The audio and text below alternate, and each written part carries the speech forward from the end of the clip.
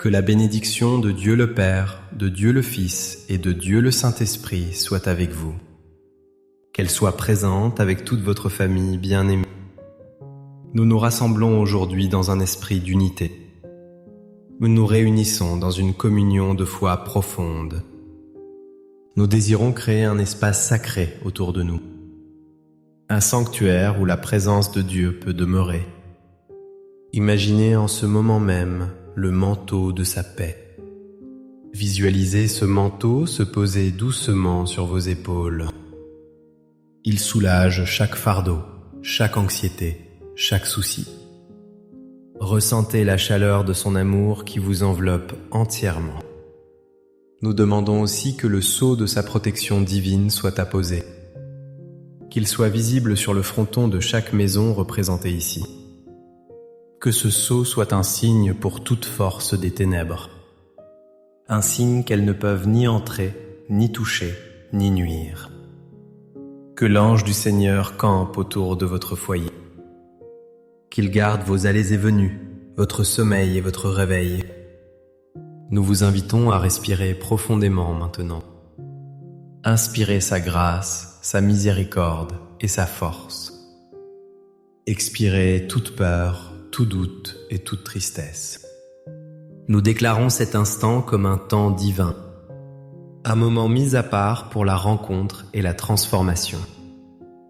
L'atmosphère est chargée de la présence du Saint-Esprit. Son onction est ici pour guérir les cœurs brisés.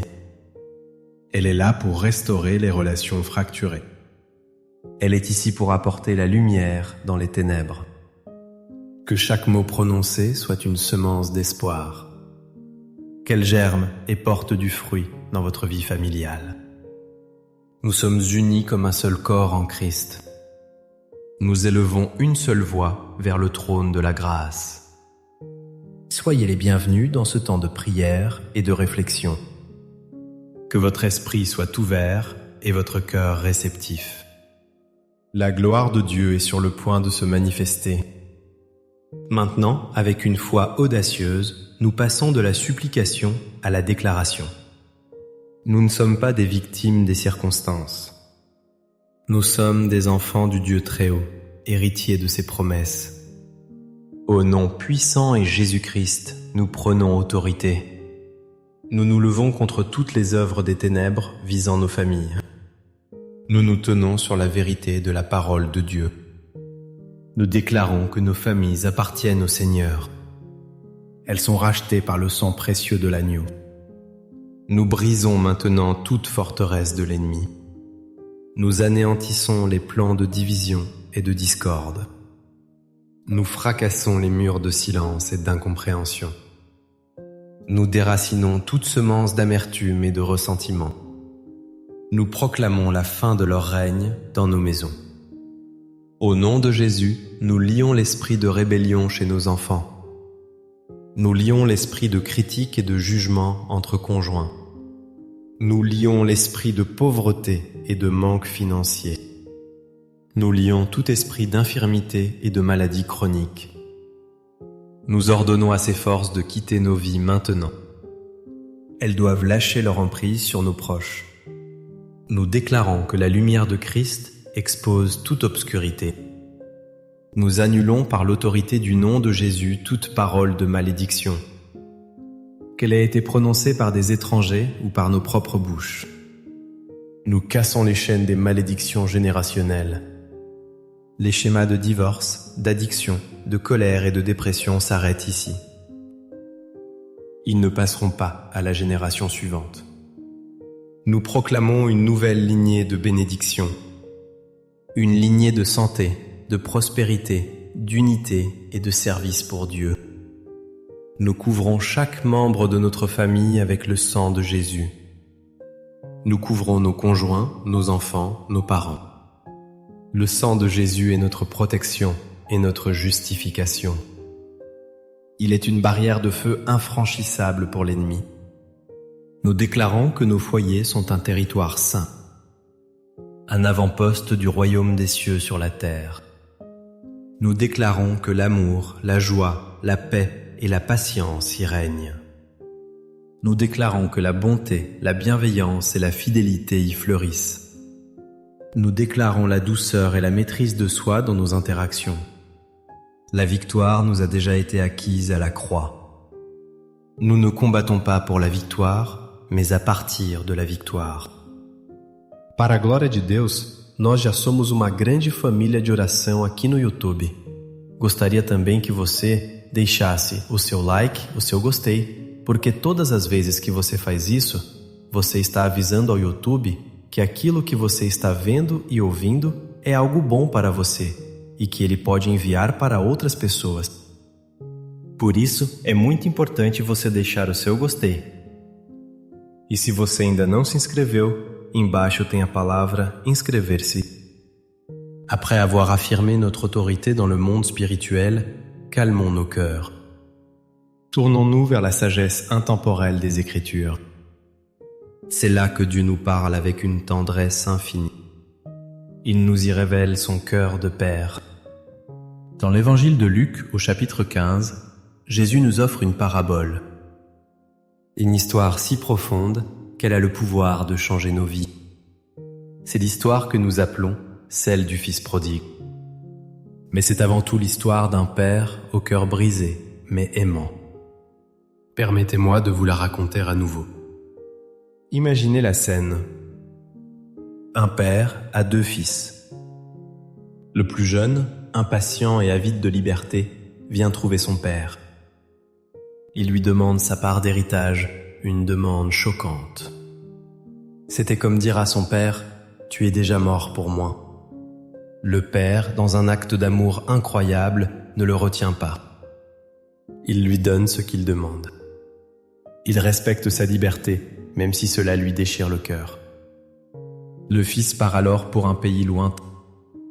Il gaspille tout son argent dans une vie de débauche. Il cherche le bonheur dans les plaisirs éphémères. Mais il ne trouve que le vide et la solitude. Puis, une famine frappe le pays.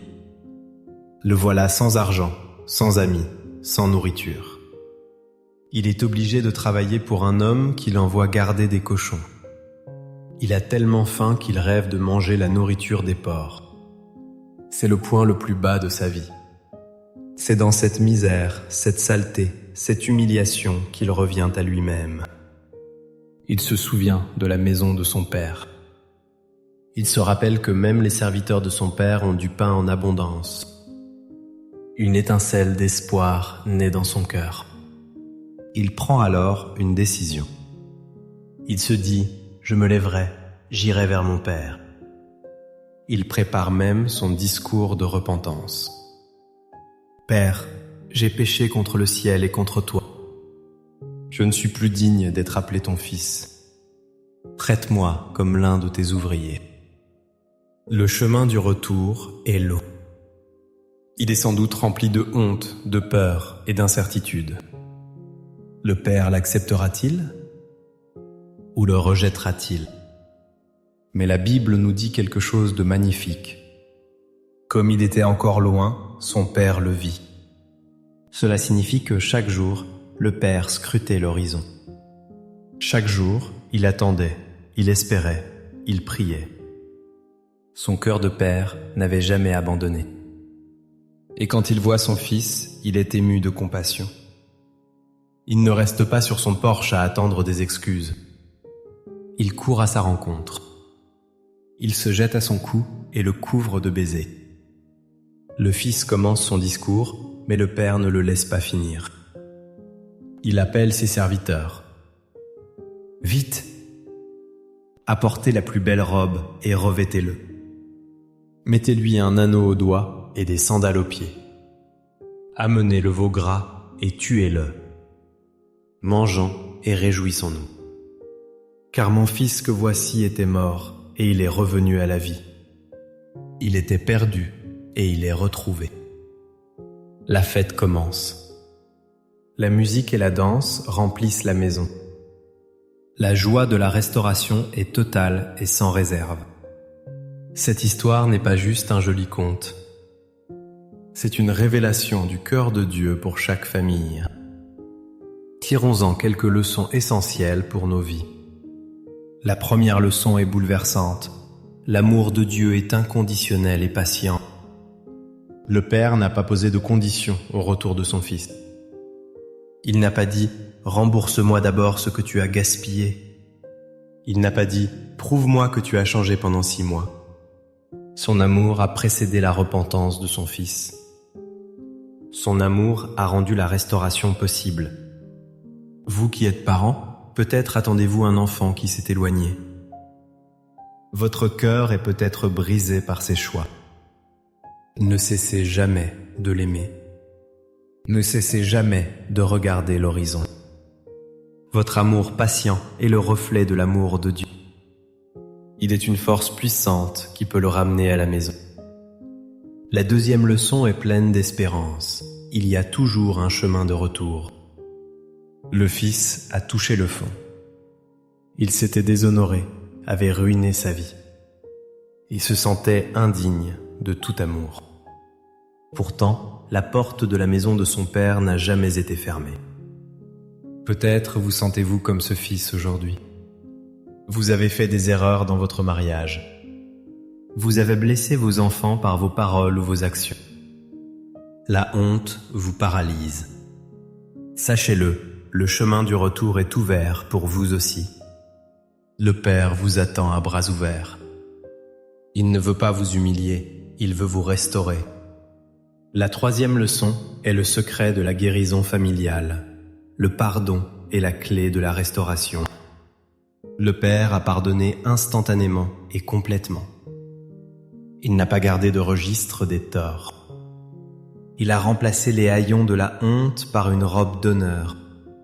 Il a remplacé le statut d'esclave par l'anneau de la filiation. Dans nos familles, nous nous blessons les uns les autres. C'est inévitable. Mais refusons-nous de pardonner? Gardons-nous de l'amertume dans nos cœurs? Quel est le veau gras que nous refusons de tuer pour célébrer la réconciliation? Le pardon est une décision, pas un sentiment. C'est le choix de libérer l'autre et de se libérer soi-même. C'est le seul moyen de briser le cycle de la douleur. Êtes-vous prêt à courir sur le chemin de la réconciliation? Êtes-vous prêt à offrir un pardon aussi radical que celui du Père? Cette image sublime du Père qui attend, qui court et qui protège nous conduit naturellement à la poésie sacrée des psaumes. Ces chants d'Israël sont des prières qui donnent des mots à nos émotions les plus profondes. Le psaume 91 est la déclaration audacieuse de la protection de ce Père céleste. C'est la promesse de sa forteresse imprenable pour nous et nos enfants. C'est le bouclier de la foi que nous levons contre les assauts de l'ennemi. Le psaume 23, quant à lui, est le chant doux et rassurant de sa provision. C'est la description de sa douce bergerie, où il prend soin de toute la famille. Il nous guide, nous nourrit et restaure nos âmes fatiguées. Je vous invite maintenant, où que vous soyez, à créer un moment de quiétude. Si vous le pouvez, fermez les yeux. Laissez derrière vous les distractions du monde extérieur. Ouvrez votre cœur pour recevoir ces paroles non comme une simple lecture. Recevez-les comme un décret divin prononcé sur votre maison, comme une promesse personnelle de Dieu pour vous et les vôtres. Accueillez chaque verset comme une vérité vivante et agissante. Voici les paroles du psaume 91. Celui qui demeure sous l'abri du Très-Haut. Il repose à l'ombre du Tout-Puissant. Je dis à l'Éternel, mon refuge et ma forteresse. Mon Dieu en qui je me confie. Car c'est lui qui te délivre du filet de l'oiseleur. Il te délivre de la peste et de ses ravages. Il te couvrira de ses plumes. Et tu trouveras un refuge sous ses ailes. Sa fidélité est un bouclier et une cuirasse. Tu ne craindras ni les terreurs de la nuit, ni la flèche qui vole de jour, ni la peste qui marche dans les ténèbres, ni la contagion qui frappe en plein midi. Que 1000 tombent à ton côté et 10 000 à ta droite. Tu ne seras pas atteint. De tes yeux seulement tu regarderas, et tu verras la rétribution des méchants. Car tu as dit, ô Éternel, tu es mon refuge, et tu as fait du Très-Haut ta retraite. Aucun malheur ne t'arrivera, aucun fléau n'approchera de ta tente, car il ordonnera à ses anges de te garder. Il leur ordonnera de te protéger dans toutes tes voies. Ils te porteront sur les mains, de peur que ton pied ne heurte contre une pierre. Tu marcheras sur le lion et sur l'aspic. Tu fouleras le lionceau et le dragon. Puisqu'il m'aime, je le délivrerai. Je le protégerai, puisqu'il connaît mon nom. Il m'invoquera et je lui répondrai. Je serai avec lui dans la détresse. Je le délivrerai et je le glorifierai. Je le rassasierai de longs jours et je lui ferai voir mon salut. Recevez cette parole de protection sur votre vie. Père céleste, fortifié par l'image du Père aimant et par la promesse de ta parole, nous venons maintenant devant ton trône de grâce avec confiance. Nous ne venons pas seuls, nous portons avec nous nos familles entières. Nous te les présentons comme une offrande vivante. D'abord, Seigneur, nous prions pour chaque fils et chaque fille qui s'est égaré, pour ceux qui ont quitté la maison, physiquement ou spirituellement, pour ceux qui sont prisonniers de mauvaise compagnie ou d'addiction. Nous prions pour ceux dont le cœur s'est endurci. Comme le Père de la parabole, nous les attendons sur le chemin. Nous te demandons, Saint-Esprit, de les toucher là où ils sont. Crée en eux une sainte insatisfaction de la porcherie du monde. Réveille en eux le souvenir de l'amour de la maison. Ramène-les à la maison, Seigneur, nous t'en supplions. Nous prions ensuite pour les mariages qui sont en difficulté, pour les couples qui vivent sous le même toit comme des étrangers. Là où il y a des murs de silence, nous te demandons de bâtir des ponts de communication. Là où il y a eu trahison, nous prions pour la guérison des blessures profondes. Nous te demandons de restaurer la confiance, brique par brique. Sois le berger de leur mariage, comme le dit le psaume 23. Conduis-les ensemble vers des eaux paisibles. Restaure leur amour, leur complicité et leur joie. Nous prions pour les relations brisées entre parents et enfants, entre frères et sœurs qui ne se parlent plus. Seigneur, brise les chaînes de l'orgueil et de l'amertume. Donne-leur le courage de faire le premier pas vers la réconciliation. Répands ton baume de guérison sur les vieilles blessures. Que nos familles soient des lieux de pardon et de grâce. Nous te présentons aussi nos besoins matériels et financiers. Tu es notre berger, et ta parole déclare que nous ne manquerons de rien. Nous déposons à tes pieds nos dettes, nos factures impayées, nos angoisses pour l'avenir. Ouvre les écluses des cieux sur nos finances. Pourvois tous nos besoins selon ta richesse avec gloire. Apprends-nous à être de bons gestionnaires de ce que tu nous confies. Enfin, Seigneur, nous prions pour la guérison des corps malades, des douleurs chroniques. Nous proclamons que par tes meurtrissures, nous sommes guéris. Nous prions aussi pour la guérison des âmes blessées. Guéris les cœurs brisés par le rejet, l'abandon ou l'abus. Remplis de ton amour chaque vide, chaque manque. Que ta paix qui surpasse toute intelligence garde nos cœurs. Maintenant, je vous invite à faire un acte de foi. Dans la section des commentaires ci-dessous, écrivez le nom de votre famille. Vous pouvez écrire famille Martin ou famille Da Silva. Écrivez aussi votre demande de prière spécifique pour le retour de mon fils, pour la restauration de mon mariage. Faisons de cet espace un hôtel virtuel, un lieu où nous déposons nos fardeaux ensemble. Un témoignage de notre foi collective en un Dieu qui écoute et qui agit. Nous arrivons au terme de ce temps de prière, mais nous ne partons pas comme nous sommes arrivés. Nous repartons renouvelés, fortifiés et remplis d'espérance.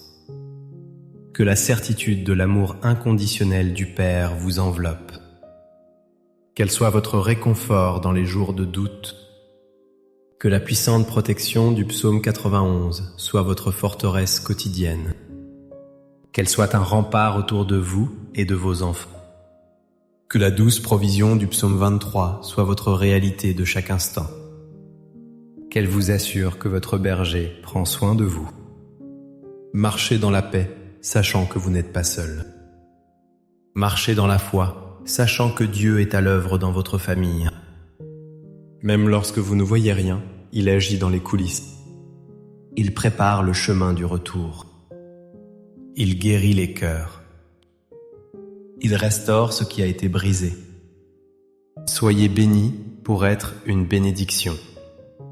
Que votre foyer devienne un phare d'espérance et d'amour dans votre communauté. Dieu est fidèle pour accomplir sa parole dans votre maison. Il achèvera l'œuvre bonne qu'il a commencée. Recevez cette bénédiction finale. Au nom du Père qui vous attend, au nom du Fils qui vous a racheté, et au nom du Saint-Esprit qui vous accompagne. Amen.